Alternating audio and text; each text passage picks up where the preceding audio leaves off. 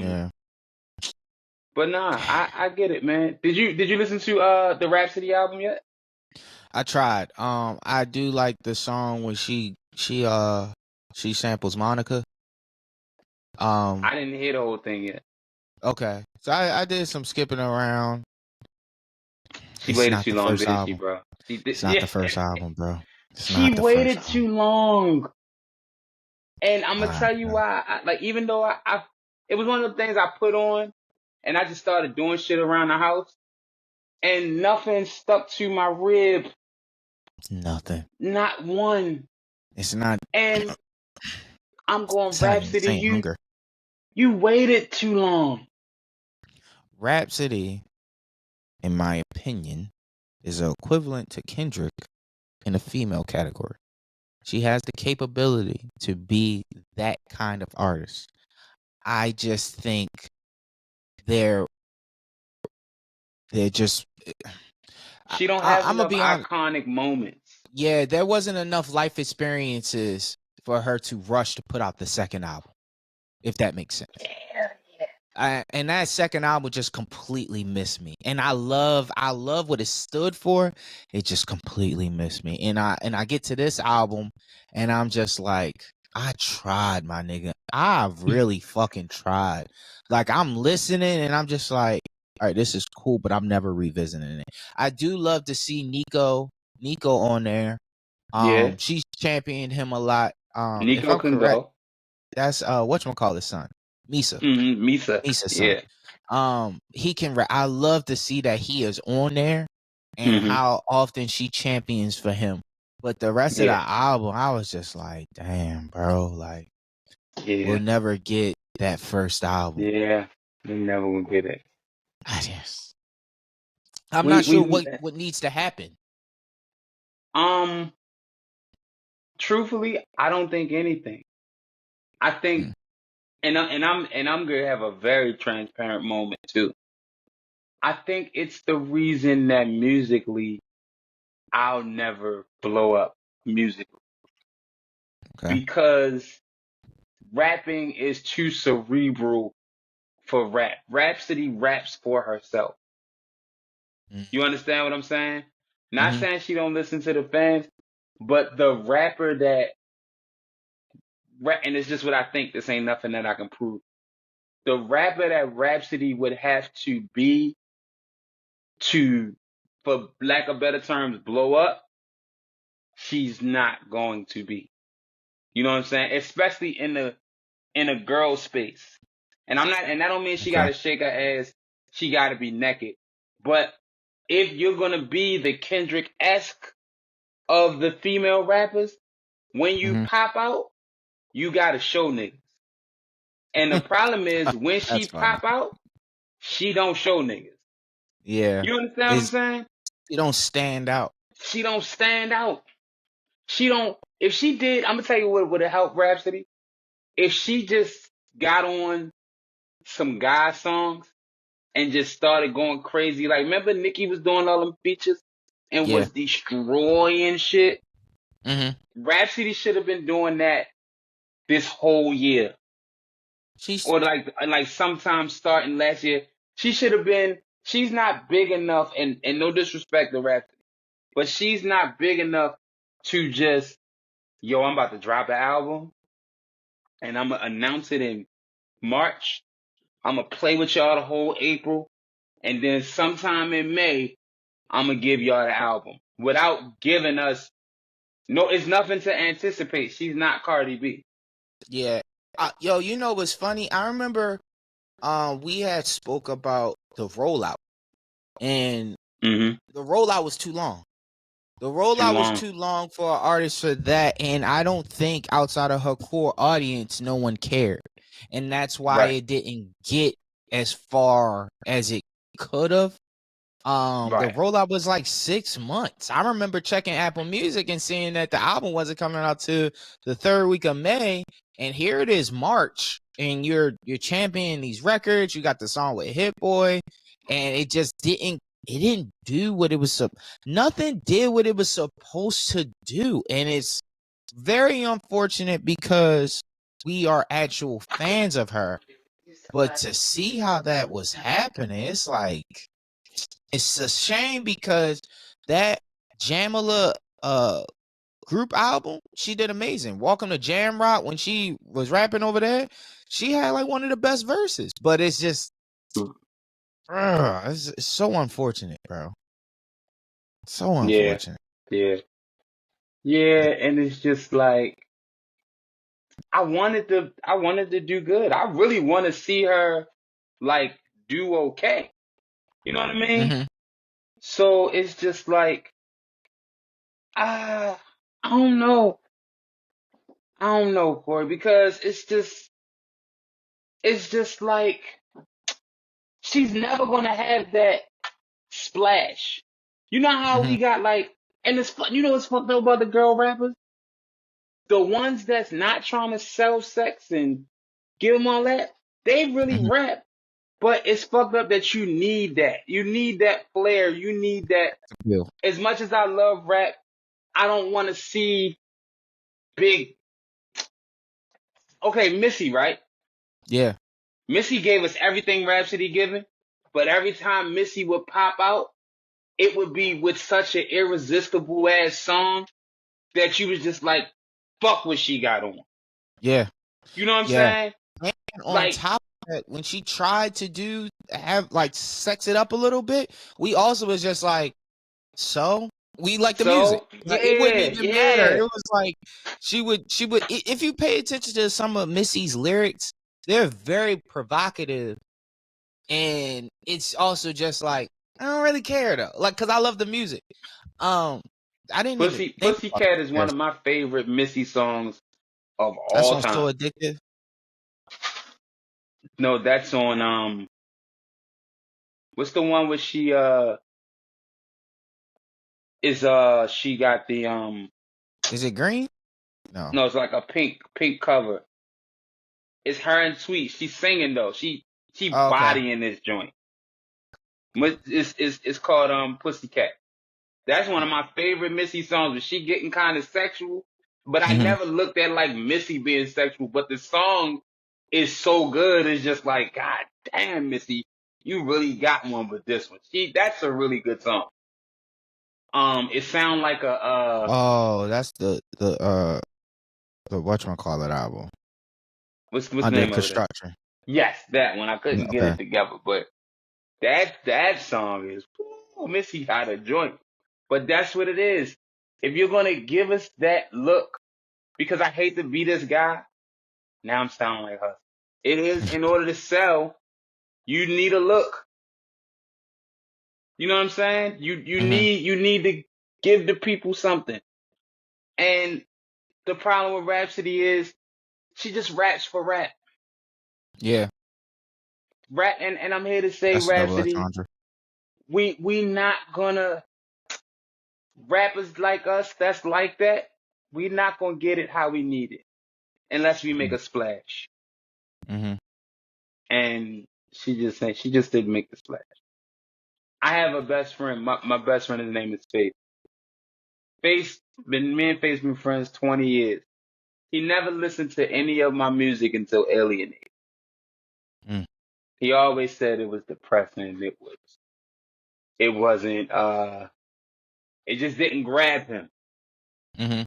It wasn't until I made Alienated, he called me excited. Yo, it's almost like he had never heard me rap before. Mm. Because he was so excited. Oh, this is the one. This is it. Champion it. And I was so happy because I'm just like, damn, I turned somebody. You ever watch The Voice? Yeah, Where you do good enough, they turn the chair. yeah. He's the first person I turned turned the chair on my music. Mm-hmm. And it was like he a hard critic. It was like, if it's terrible, he'll tell you it's terrible. So I was proud of that moment. That was like going gold for me.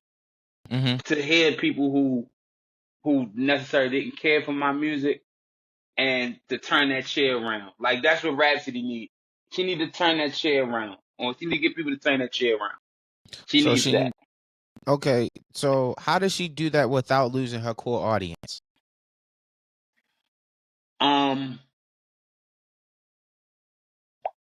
She could either do it in features, like Kendrick do. Like, it's amazing that we talking about Kendrick. Kendrick get on these features. I got a playlist called Outside Kendrick, where it's actual Kendrick songs that you could play outside and not fuck the party up. Mm-hmm. It's a lot of features. Curious. So Kendrick do all of these concept albums and then get on New Freezer and go crazy. Mm-hmm. Get on the Mask Off remix and go crazy. You know what I'm saying? The joint with Mike Will and Ray Shrimmer and do his thing. You know what I'm saying? That's what Rapsody got to do. Her albums can be her albums, but she needs something to give people outside of her fan base something to look forward to. J. Cole albums are boring. People religiously say, described. You described J. Cole albums are not good.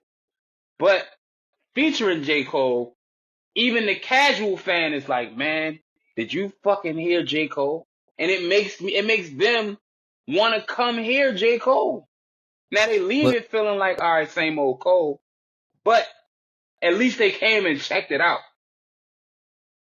But they don't stay, and that becomes the issue. But they're staying long enough where J. Cole can be successful. Up until they realize it's a pattern. And then he go back to features. Yeah, but that doesn't draw me back. I won't give him another chance. And I'm saying from a perspective of someone that would think that. So let's play a hypothetical situation. You listen to J. Cole for all these features. You go to our album. You realize this ain't the same nigga. Boom. Right. Next year, he comes with another set of features. You like, all right, I give him another chance. Now we back to the second album. Still is doing the same thing. Third year, you hear features and you smarten up a little bit. You like, nah, you're not gonna get me this time. And I think that's really the issue with Cole. I feel like us in general. It's like we know this nigga music is boring, but we keep on giving him a shot. But it's like I probably won't ever give him another shot. As far as like, how can I put this? The feature run doesn't compare to the album, so it's kind of hard for me to give it a listen more than once. I'll say that because I give everything the last J. Cole album you like? Born Sinner. Okay, so the last one that I just liked top to bottom was Forest Hills Drive. I didn't care for the fall off too tough. That was the one with Cam? Yes. Okay. KOD was cool. But I'm saying that I'm naming these albums because in between those, he's had these great feature runs where now I appreciate his ability to rap. So I know if he rapping on these feature runs, his ability to rap doesn't die off on his albums, and they haven't. He been rapping. He raps his ass off. So do you think I know you said you didn't care for the fall off, but do you feel like that was the closest to the feature run that we would get in album mode?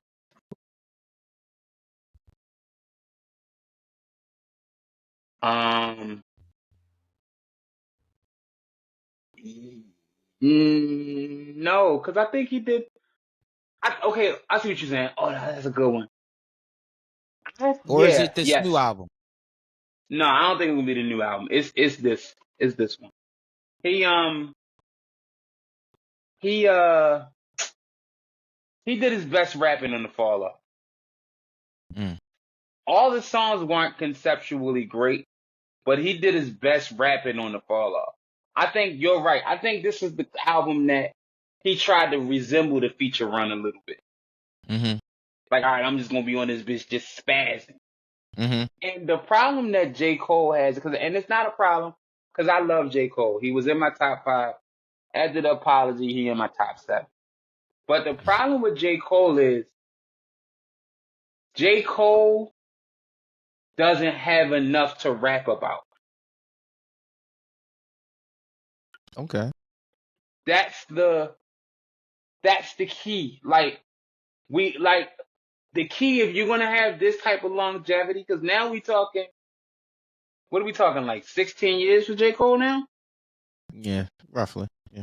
Like 16 years for J. Cole, you have to grow a little more. You have to, it can't just be like you've been a prolific rapper for the last however many 10 years we've been saying J. Cole is one of them lyrically. Now we can't keep going, but he's lyrical. Now Jay-Z, I hate to keep doing this, but Jay-Z really is the blueprint for how to have longevity in music, keep it new, keep it fresh. And he's the only one. I would say Drake, but Drake gets help, and that's no funny, that's no shot. Mm-hmm. That's just the truth. Drake gets help. So the only rapper who has properly matured in this rap shit is Hov. Hov is the blueprint to how to grow old in rap. And Fat Joe. Okay, now because Drake, and I hate that we do this, but because Drake has writers, it shows that he hasn't matured in music. Because Drake has writers, because Drake has writers, are you saying that it shows that he hasn't matured in music? No. Because Drake has writers, he has help in his freshness, in his not relevancy, but his ideas. Like, this is Jay-Z. I just seen earlier today, Jay-Z Travis Scott was on an interview, and he said, man, I guess somebody asked him, name something you weren't a fan of before you seen it. And he said, man, I was not a fan of Jay-Z like that until I went in the studio with him and I watched him freestyle the whole Magna Carta album. Like, he said, I heard of the no pen thing. I really didn't believe it. He said, when I saw it, it messed me up so crazy that, like, now I'm a fan. You know what I'm saying? So I'm saying all that to say Jay-Z has been at it. When the last Jay-Z album came out? 2017? So we talking 96 to 2017. What that is? 21 years? 20? Yeah, 21 years. 21 years of consistently giving us timeless music because he grows with it and because he's always doing something. He always has something to tell us, something to let us know. And it ain't fake news. It ain't gossipy shit that people get turned off by. It's really, that was my life. This was my life. This is what I want to be my life to be. And now I did all of it. Jay-Z is like, he really just like told us all that he was going to do this whole career. And no other rapper has done it. I don't think the writing portion has anything to do with that. I think understanding the business model and understanding what people like is where they coincide of being the same. Okay. Realizing that the fans might not want this, or there's a particular type of fan, everyday person, because as bad as we would like to say it, niggas are heartbroken every day, right? Absolutely. So niggas are going through some type of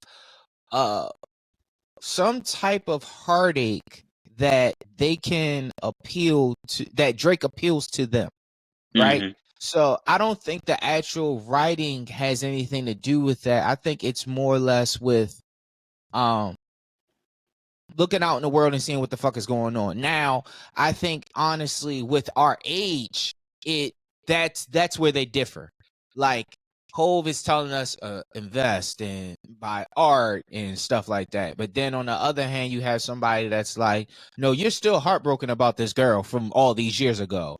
And you should say, fuck this and just go to our island and do that, or spend all this money on this, that, and the third. So it's like, I think they're both sides of people. Like there's the side, it's like the devil and the angel, essentially, like somebody that's telling you should invest, and then it's telling you somebody that's telling you like, nah, you should just go out and go to Turks for half a summer and blow all your money or something and cry over this girl or whatever the case may be. So I understand your point about, you know, him having writers and not being his life, so he's not able to actually convey certain emotions because he hasn't experienced it, versus Hove has actually experienced it in real time. We've seen him experience it, and now we have this person. So I definitely understand. I understand both sides. I I knew Huss would probably be like, no, because you know. So I like I like bringing that aspect still to the party even when he's not on, because I still reality. It's like I said, there's a lot of niggas that's still heartbroken over these women that have done wrong or have done them wrong. Man, so, oh man. You never know how many. I just found out my man was heartbroken over a girl. Hey, he stopped talking to you 5 years ago. I said, wait a minute, yo, wait, what? You got a 2-year-old. Just but you that nigga need a hug. But I understand. We've all been there. But no, for sure. For sure. It's just the side that Drake actually admits it. He's the voice of the nigga that don't want to admit that he's heartbroken, or don't want to admit that he's done dirty Mac and shit, and he just amplifies it because of the space that he's in, and that he don't care. he don't care. He don't care to have dirty Mac, and that's probably like dirty Mac is such a filthy thing, yo. It's a filthy thing, yo. So it bothers me that he's just cool with just dirty Macking. Mm-hmm. Like, he'll say, like, Marvin's Room is the dirtiest Macking of dirty Macking. That and Joe, all the things your man won't do. Like, how you know that, bro? Like, how you know a man won't do none of that if she says she needed that? Pillow talking. That's crazy. Like, that you wild for even doing that. You wild for her even telling you something, and then you throw it back using it as weaponry to get her. Like, you crazy. I heard from somebody that you don't like none of this. Yeah. You don't do none of this shit, you little bitch. you ever dirty Mac the nigga by mistake? No, I can't. I know I said so it might sound like I'm lying, but no. But I've been dirty Mac on before, and it's a horrible feeling. Yeah, it's a horrible feeling because I remember. I want to say this is like 9th or 10th grade. I had a homeboy tell a girl that, he only talking to you so he can fuck. And I'm just like, but you weren't even trying to talk to her. And I wasn't even fucking with her like that. She was cool. Right. She was cool. She's doing very well in the industry right now, by the way. But I won't say her name. But shout out to her. Shout out to her. But he's done that multiple times. God damn, he said, that's not my friend. That's not my friend. That's not your friend. That's not your friend. That was never my friend. Yo. That's not your friend. It's God damn, yo. What I've learned about guys, if you ever want to learn something about your guy friend, let them talk to a girl you know. And you'll find out so much shit about your guy friends that you just didn't know. I know so much shit about guys that I love, and some they know, and then some I'm like, I don't even want to ask you, is this true? Because I can't believe you. I can't even believe this. And then, why would you say that? Yeah, that's like, exactly how you are.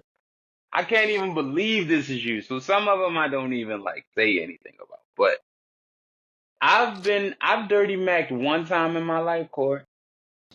One time. Were you aware that that's what you were doing? Yeah. Oh, No, no, and yeah. Yeah and no. okay. Yes, I knew it was dirty Mac'ing. I mean, yes, I meant to do it. I didn't realize how bad it was until after. You didn't know it was a bad thing. Oh my God, it was horrible. So I had a girl who I was messing with. She moved to Atlanta and had a baby. She moved while we were dealing. I was younger too. She was just like, yo, I don't have anywhere to go, and you don't have a place for me, especially since you don't want to be with me no more. So I'm moving to Atlanta with my parents.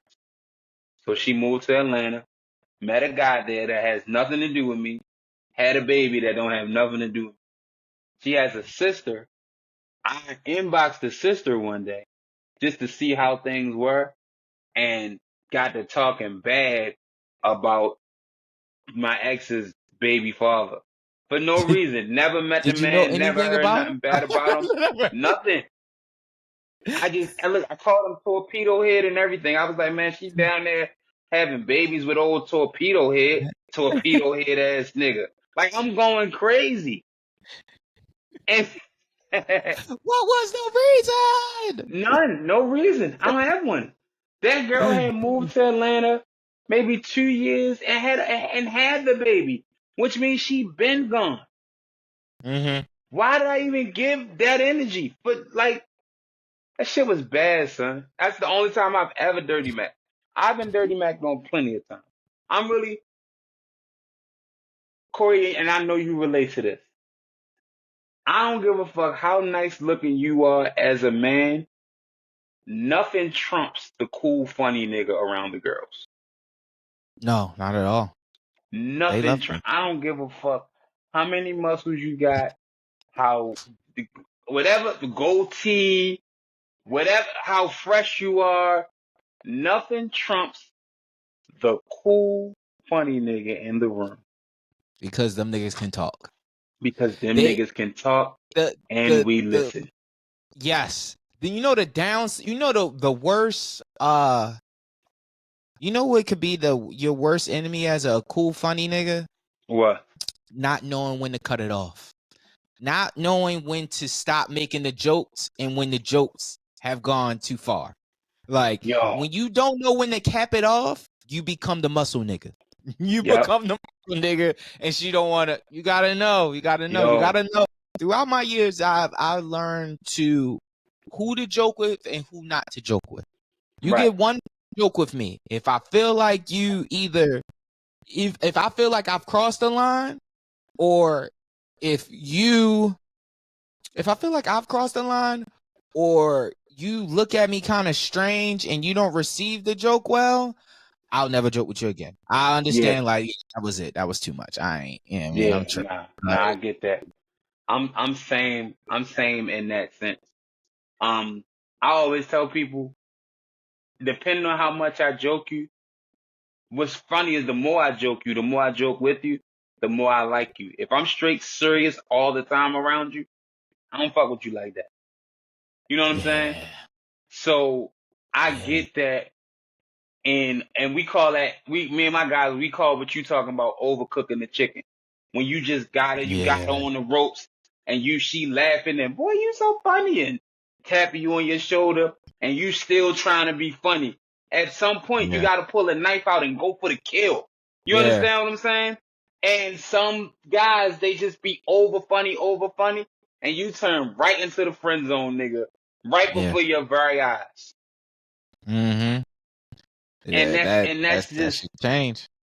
It change, and it's the change is so instant. The too many jokes, you turn into, ooh, he's so funny, to the girl, now he goofy. He goofy. Yeah. I don't want to. Is Corey gonna be there? Cause I don't want to go if he there. He taught my ear off. Something like that. Yeah. You gotta know. You gotta know when to cut it off. You gotta know. But once you master that, art form, any woman in the room is yours. Any 100%. woman in the room. Any woman in the room. I look at my old fat self and I look and I go, we reminiscing now. I remember one of my homeboys, he said, yo, it was a girl in the spot. She was gorgeous. She was beautiful. And I was like, man, I like her. He was like, man, you can't get her. I said, why? She don't even like she fuck with fat niggas. What? I'll get her. Challenge. I'll get her. I'll get her. 25 minutes tops. And sure enough, a simple 10-minute conversation, man, I had her. The good old days. Shout out, show. Man, shout out to life, man, and being blessed. That's all. That's how I feel today. That's good. That's good. And shout being out. Blessed. We staying positive. Yeah, shout out to everybody, man. Everybody that's just pushing through. Oh, you know what? Before you go, I don't mean to do this. The people that sending comments, I'm in the comments now, and I'm loving y'all. Please keep on leaving comments. I'm loving it. I'm loving that. So you talking about TikTok? Cut you off and you start off. TikTok, yes. I had to find them at first. Checking the YouTube, okay, then I did. Checking the IG, okay, then I did. I said, it's a TikTok. Sure enough. TikTok. Yeah, definitely shout out to the TikTok people. TikTok people are more engaging from what I'm noticing with the clips that we're putting up. Engaging and following. They're going to look at the actual pod. So that's pretty good. And I'm glad that I started to utilize TikTok again. But if you're gonna comment, stay for a while.